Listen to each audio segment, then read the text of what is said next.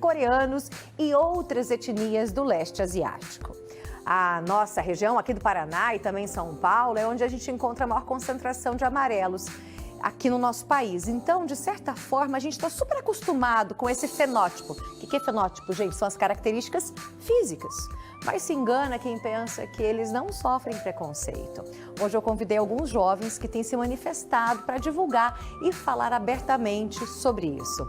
A gente recebe ao vivo aqui em nossos estúdios a Bruna Tukamoto, criadora de conteúdo, a Mayumi Suzumura e o Ian Kawashi, que são psicólogos e, claro, a nossa embaixadora, Thaís Yoguido. Quadro Mais Mulher. Primeira pergunta que não quer calar. Eu falei os nomes certos, sobrenomes certos? Ai, meu Deus do céu. Esse era meu medo de começar errando. O meu é Kawauchi. Kawauchi. Isso. O meu é presoto. Presoto. Mas eu falo presoto, presunto, e daí tá tudo bem. Gente, obrigada que vocês vieram. Prazer recebê-la. Nossa embaixadora, Thaís Yoguido. Saudade que eu tava. Tava com saudade de você também. Você precisa aparecer mais. Pode deixar. A gente sente a sua falta. Tá. Você, como embaixadora, eu queria que você apresentasse os nossos convidados, pode ser? Pode ser. Começa então apresentando os nossos convidados. Hoje nós estamos com convidados muito especiais que abordam esses temas que, principalmente para nós, né, que somos descendentes, temos a ascendência asiática.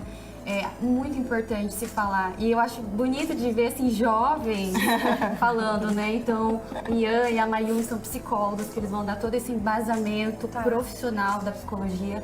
A Bruna é influencer, mas também ela estuda muito sobre o assunto, né? E eu acho ótimo o que eles fazem, o trabalho que eles fazem, porque a gente pode se identificar, é um espaço para a gente ter mais voz e também se abrir e perceber que às vezes a gente não está sofrendo aquilo sozinho, né? Que a gente pode ter essa rede de apoio.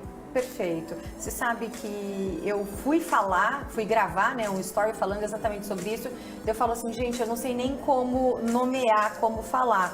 A gente sabe, a gente tem os brancos, os amarelos, os negros, os pardos, mas a gente não chama, né, quem tem essa ascendência de raça amarela. Não tem este hábito de chamar. Exatamente. E muitas vezes eu falo, é oriental, é nipônico, que veio do Japão. E às vezes a gente está cometendo gafes e a gente está cometendo, de certa forma, um racismo, um preconceito que a gente nem sabe. Então, para a gente aprender junto, Como Ver Mais é um canal, um programa aberto para você trazer os seus assuntos, você que se identifica. Como Londrina, nossa região, a gente tem uma comunidade muito grande. A gente viu essa necessidade, graças também à nossa embaixadora maravilhosa, de trazer esse assunto aqui. Eu já vi que você é polêmica, você gosta de falar mesmo, Bruna, né? Isso. Bruna, fala um pouquinho pra mim. O que é pra você e se você já sentiu na pele esse preconceito amarelo? Então, Sara, quando a gente fala sobre racismo anti-amarelo, né, a Thaís também comentou, a gente é muito invalidado ainda hoje, né, como você comentou. As pessoas chamam muito de mimimi, não entendem o que é. Então, desde a infância, eu sempre fiquei muito desconfortável com muitas abordagens, comportamentos, assim, como as pessoas me tratavam, com aquela desculpa de que é só uma brincadeira, abre o olho. Mas, de certa forma, me discriminava, né, por conta do meu fenótipo, como você bem colocou aqui no começo. E eu não entendia, e eu ficava assim meio incomodada, mas eu não me sentia tão segura para rebater. Quando eu cresci, no final da minha fase, no começo da minha fase adulta, eu fui estudar um pouco mais sobre isso e eu falei, meu Deus, tem um termo e é racismo.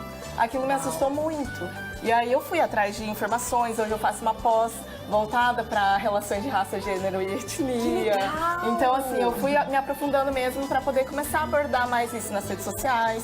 E aí, as minhas redes sociais são a minha maior vitrine hoje em dia, né? TikTok, Instagram, a gente sabe que rede social é um pouco, assim, uma terra sem lei. Aí, ali, eu vejo que realmente, gente, o preconceito existe muito. Porque quando você fala sobre isso, você dá a sua cara, você querendo ou não abre portas para receber muito ataque. Eu achei fantástico, você fez as cantadas do carnaval. Depois você vai contar essas cantadas. Eu achei fantástico, gente. Olha só, o que eu disse.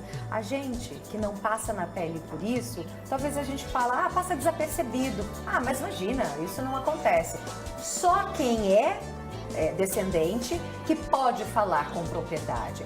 E eu achei maravilhoso vocês serem psicólogos, né? E serem também descendentes para poder compartilhar um pouquinho da história de vocês. Mayumi, além de ser descendente, você é psicóloga, você já tratou isso em consultório, em clínica? Você já chegou a ver alguma coisa disso? Desse preconceito, desse racismo amarelo? Chega bastante no consultório, né? São questões de... Porque as pessoas tratam a gente como estrangeiros, né? Então, toda hora trazem relatos de... Ai, vou perguntar a sua etnia. Você é japonesa? Do nada, assim, você tá no elevador e a pessoa te pergunta assim... Ou te fala, konnichiwa, e aí começa a falar em japonês com você, outras línguas. Então, trazem bastante esse relato. Tem... Uma questão também porque eu atendo bastante mulheres, né, amarelas, então também tem uma questão de autoestima, de padrão de beleza, né, porque a gente não vê tanta representatividade amarela, né? E isso marca muito a gente, como nipo-brasileira, né, eu nipo-brasileira, como pessoas amarelas, então vem bastante pra clínica. Então isso que a gente fez aqui, de trazer a embaixadora, tipo a Thaís, para representar a raça Super amarela. legal. Porque a gente fala bastante sobre isso, né? Sobre a ascendência, sobre costumes, cultura, moda, tudo na verdade, né? Tem tanta coisa, é um universo maravilhoso, né? Pra gente desvendar. Que legal. E até meio confuso, né? Eu lembro quando eu era criança, na hora de marcar lá pra fazer prova, lá as raças, né? Eu colocava assim amarela, mas eu colocava assim meio em dúvida também. O que é isso, né? O que eu sou, né? O que representa isso? Eu também só fui entender depois. Então, muitas pessoas também chegam com essa confusão, sabe? De não se entender, de perceber que tá sofrendo alguma coisa, mas antes não sabia. É um assunto também muito novo, né? Perfeito. E os nossos pais não sabiam disso também. Né? Ian, e você? Obrigada por ter vindo com a gente. Prazer recebê-los. Ian, como que é isso pra você? Eu compartilho mais ou menos do mesmo relato da Mayumi. Na clínica aparece casos e sempre vai nesse sentido das violências.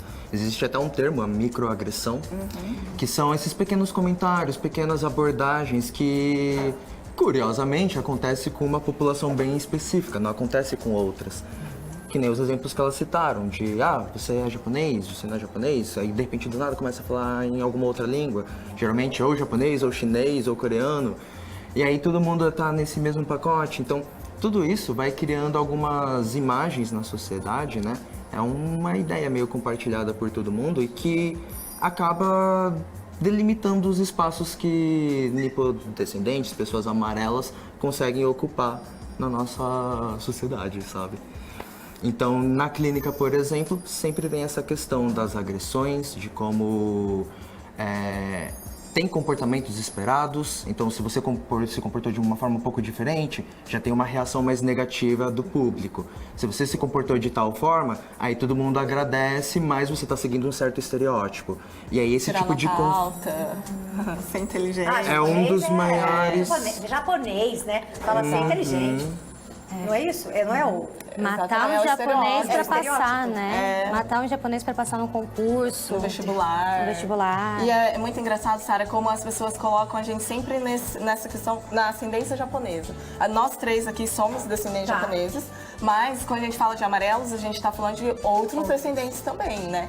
E é que aqui em Londrina a gente tem uma população nipônica muito forte. Então a gente tem essa referência do japonês. E aí tudo é japa, mas às vezes a pessoa não é descendente japoneses, né? Então é assim, é tudo igual mesmo. Então isso também é uma microagressão, entende? Porque aí você apaga as suas individualidades, coloca a gente realmente dentro de uma caixinha mesmo. E nós estamos ainda no Janeiro Branco, que a gente fala sobre a saúde mental, né? Que acho que é super importante a gente tratar esse assunto também. Mayumi entrou numa questão de tratar do não pertencimento. Eu sou japonesa, então eu sou brasileira, né? Daí você vai pra fora, mas você é de onde? Eu sou brasileira, mas você é japonesa, o que você é? É confuso isso. Então a gente tem uma história super legal que o Enzo mandou pra gente, que trata exatamente sobre essa questão. Vamos ver? Oi, eu sou o Enzo. Durante a pandemia, eu postava vídeos na internet sobre luta antirracista e racismo anti-amarelo.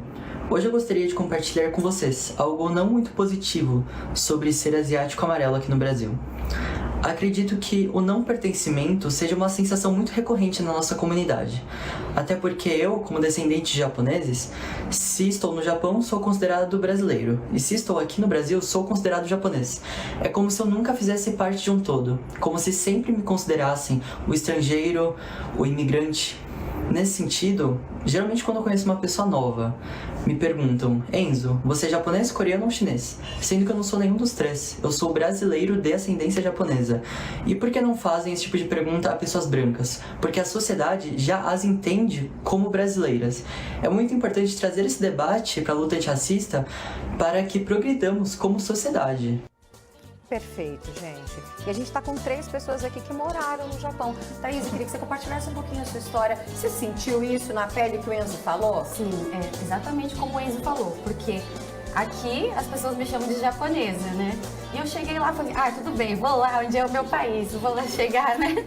Sou a japonesa, mas cheguei lá, não. Eles falam que eu sou brasileira, porque eu sou brasileira de fato. Mas fica muito confuso na nossa cabeça. E quando eu fui, eu era adolescente.